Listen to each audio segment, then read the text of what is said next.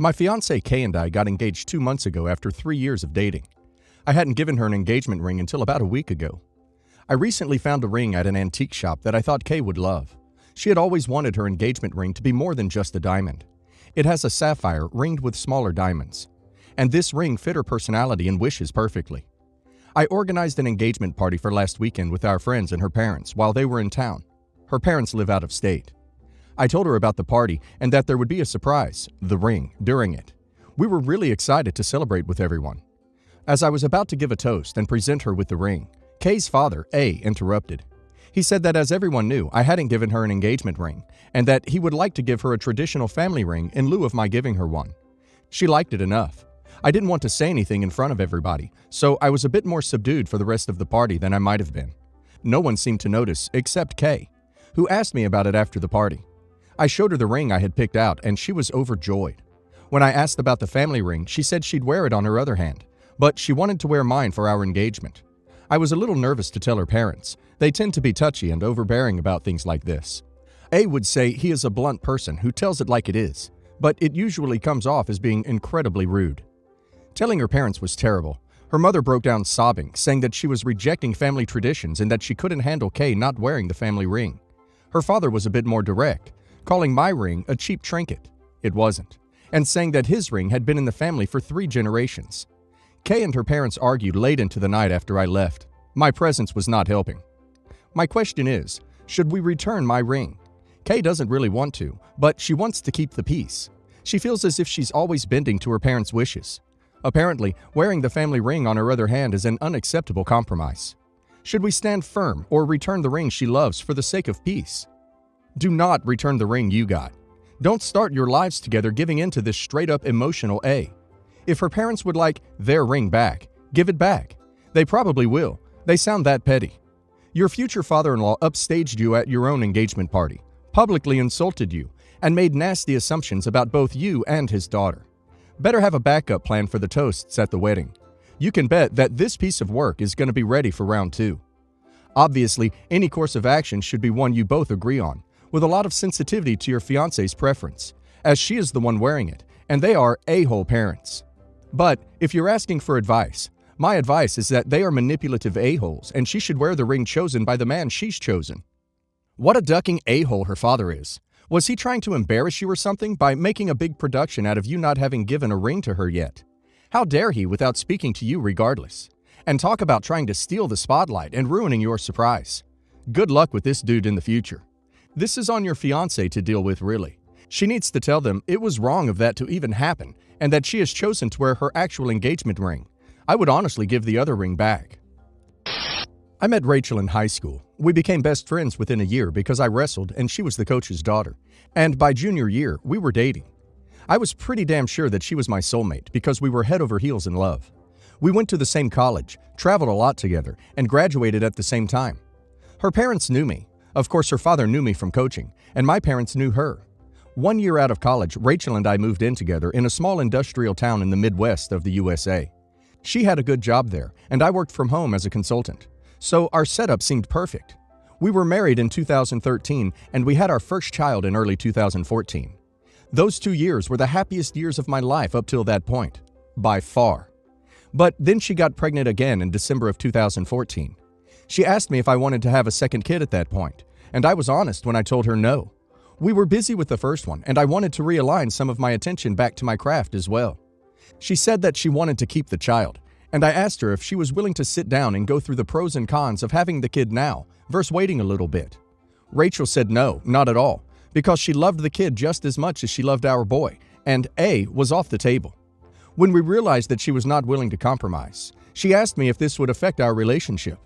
I told her that it definitely would. I wasn't going to force her to get an A, but I felt that having a child needed to be a unanimous decision. And when she usurped complete control of that decision, then I would obviously feel differently about what's between us. That conversation happened January 18th, 2015. That was the last time I ever saw Rachel. The next day, she was gone. I mean, she literally disappeared from our house, leaving me and our son behind. I blew up her phone, then called her parents, then called the cops. There was a big investigation. I had to be questioned, and I had to get a lawyer. The lawyer helped a lot when the newspaper articles started coming out. She was officially a missing person. 2 months after her disappearance, her parents cut contact with me. I felt so much crushing guilt about letting my wife disappear like this. There was a part of me that was convinced that I had gone crazy. I thought maybe I'd kayed Rachel and forgotten about it somehow. I was scared and confused and angry. My parents came over periodically to help with the kids so that I could get some rest. During this time, my father suggested that I need to start seriously thinking about what life looks like moving forward. It took 6 months for me to get used to life without my wife. In July of 2015, I filed for a divorce by publication. I thought it would help me move on with my life. During those 6 months, I struggled with the weird stares that I got, the rumors that spread around the neighborhood, and the feeling of deep and sudden loss. I'll admit that I contemplated taking my son's and my own life so many times. I felt like my son deserved so much better. My father's words anchored me down. Or maybe I was just too much of a chicken to actually end it. In October of 2015, I met Genevieve. She was the head of sales at one of my biggest clients, and she invited me to their company Halloween party. I thought it was ridiculous, but something inside of me told me that I should give it a go. I'd never met her in person before because I've always dealt with her boss, but she said that she had wanted to meet me for a long time. Said that her boss had nothing but good things to say about me. She spent that Halloween party basically sugaring me up, and at the end of the party, she asked if I'd like to grab dinner sometime. I laughed it off and told her that I wasn't looking to date. That was the short answer. The long answer was that I had severe trust issues, and my entire neighborhood was 85% sure that I had kayed and buried my last wife. It's March of 2017 now, and I'm married to Genevieve. My son knows Jeannie as his mother. We've since moved to a larger house a few counties away from my old home. My boy has a little stepsister, mine and Jenny's newborn child. It feels like I've lived 2 lives. My first life ended violently when Rachel disappeared. My second life began when I got divorced and moved on. Once every few months, someone asks if I'm the guy from the news stories a few years ago. And I tell them that yeah, it's me.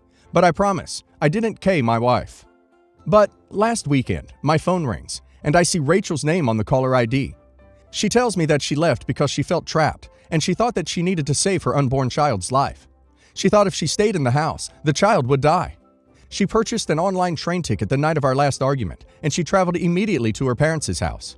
She thought that she needed a day or a week at max before she came back to me. But during that week, she decided that an A was the only way out of this predicament. She terminates her pregnancy in January of 2015 and spirals into severe depression immediately after her last doctor visit. She's having these manic violent episodes, and she's convinced that I'm at fault for all of it. Her parents convince her to get admitted to a psychiatric ward. She is diagnosed as a severe risk to her own safety, with manic depression. When the cops had asked her parents for information on Rachel, they did not respond. It turns out that this was because they had all decided that keeping Rachel away from me was the best way to go. The bitter, soul-crushing cherry on top to all of this is that she starts breaking down over the phone. She tells me about how guilty she feels for abandoning me and our son. She tells me how she felt trapped and scared and she made the wrong decision. She blamed her parents for brainwashing her into thinking of me as her A. And she thinks it's finally time for her to leave that despairing period of her life behind and come home to me. I tell her that I moved on, that I'm happily married, and that I never want her to call me again. Guys, I don't want her back. I've talked to my lawyer yesterday, and he said that there's no way she gets custody of my son if I don't agree to it. And I'm not agreeing to crap. I don't want her back, and I don't want her in my son's life. My son's mother is now Genevieve. My wife is Genevieve, and I'm finally ducking happy. This is 95% rant because the only people I can talk to about this are my parents, close friends, and my wife. But I'm not ready to do that yet. I don't know how to phrase it. I don't even know if I'm being a vindictive a-hole by keeping Rachel out of our lives. If you're not ready, please get a therapist to help through her showing back up. I understand that your feelings about all of this run very deep and justifiably so. But I hope you can come to realize, at some future point, that your son may want to meet his birth mother, and you should have a plan in place to help with that, other than saying no, for his sake. In my opinion, this one's easy. From an outsider's perspective, that is. Don't take her back. Don't let her back into your life. She handled the whole past ordeal very poorly, and she needs to live with that, not you. Good on you for picking up the pieces and being happy. Keep it that way. I, 34 female, have a twin brother, Alex. Alex married his college sweetheart who was amazing, but in 2018, she passed away in a car accident, leaving him a single father to 2 little girls, now 9 and 6. He was understandably having a difficult time, so my husband and I helped him out a lot with the girls. Alex and I are best friends. We live in the same neighborhood, and I have a daughter, 7, who is close to her cousins and attends the same school, so it is pretty easy for me to have a close relationship with my nieces. I work from home, so I take all the girls to and from school every day, and during virus lockdown, we bubbled with them so that my daughter could have some interaction with other kids. At the beginning of the pandemic, my brother had just started seeing this woman, Claire, 33. Because of the situation, she rapidly moved in with him and got pregnant. So now I also have a nephew, 8 months. From my perspective, Claire is a total nightmare. The main reason I can't stand her is because of the way she treats Alex's daughters. She rolls her eyes at everything they say and do, and generally acts like they are a huge inconvenience to her. She doesn't want to be involved in anything they do. For example, with their school or extracurriculars, and will say flat out that she's not their mom. She is also an a-hole to my daughter, doing things like pretending not to remember her name, which is disrespectful because it's not as if she is a distant relative Claire has met once. We are literally her neighbors and went through virus together. So this is either a weird thing she's doing on purpose, or she literally just couldn't be bothered to learn her name, which is not a difficult or culturally unfamiliar name, by the way. Also, my husband is 10 years sober after having struggled pretty severely with alcohol in his teens and early 20s. Claire constantly ridicules his sobriety and says he's boring because he won't have a drink, things like that. Immature, but highly disrespectful. For the past year or so, Claire has been making a huge effort to force my brother to distance himself from our family, especially me, but she also has a problem with our parents and our younger brother. She says that she doesn't want her son to have a relationship with us at all, and is pushing to move him to Texas. We live in California. It's causing my brother a lot of stress that we can't get along with her, so recently he said that maybe he should just go, even though he doesn't want to, because he is worried that she will leave with his son. I want to make things better with her, mostly because I'm worried for the girls if this happens. I think they will grow up with self-esteem issues because she is so neglectful towards them, and I honestly worry about my nephew too, because I have serious questions about her parenting ability. But I also have doubts about my ability to resolve things with her. There are 2 incidents that particularly stick out as being extremely weird. My oldest niece called me crying and asked me to pick her up. She told me that she had told Claire she needs a new backpack because the strap broke on hers, and that Claire refused to take her to get a new one and had called her a spoiled brat. So I got her a backpack and some ice cream, and when I brought her home, Claire was furious. She said that I'm over-involved in my brother's life, that our relationship is creepy and weird, and that I shouldn't try to compete with her for him because she will win. I got the definite sense that she sees me as a S rival, which is almost too gross to even type, but that is the vibe I got from her. My younger brother, Julian, 26, suspects that he caught her doing D while she was pregnant. He saw a plate with white residue and a cut-up straw. She does have a history of recreational D use that she is pretty open about. Julian told Alex about it, and Claire immediately began trying to deflect. She started crying hysterically and saying that the whole family is out to get her, so Julian was lying, and that Julian had yelled at her, and she is afraid of him because he is aggressive and doesn't want to be around him or want him to meet the baby because she thinks he's violent. She finally admitted that he wasn't lying about the plate and straw, but claimed that it was Tylenol she crushed up and snorted because she needed it to work faster, and that she lied initially because she knew it looked bad and she was scared. Alex decided to give her the benefit of the doubt. I don't know one single person who snorts Tylenol, but okay. What can I do in this situation to maintain a relationship with my family and make sure the kids are okay? Am I crazy? I am willing to admit I have a closer relationship with them than most aunts and nieces do, but that is because of their mother's death, and I don't know how to scale back now without them feeling abandoned, especially because Claire won't even get them a new backpack or go to a soccer game. I also will admit I'm closer to my brother than a lot of siblings, but we are twins, and I do feel like on the spectrum of twin relationships, we are actually not that bad. How does your brother feel about all of this? I mean, for him to become a widower with young children at such a young age, I couldn't imagine how difficult that must have been.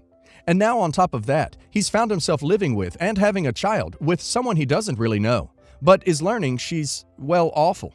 The idea of leaving her, breaking apart a family, may just be too scary for him to think about. This woman is an A. Unfortunately, getting police, child services involved with no evidence at this point could cause more harm than good, as it's something she will use as ammunition to prove that you're over-involved and awful. And yes, she will know it's you. You need to be his safe space, and you need to avoid confrontation with her at all costs. Your brother is going to do what's easy, and this woman is capable of making life very difficult and causing a lot of damage. Your family needs to be unproblematic because she will use anything to push you away. And when that happens, you won't be able to support him or the kids. This will come to a head. You just need to make sure you and your family are around when that happens.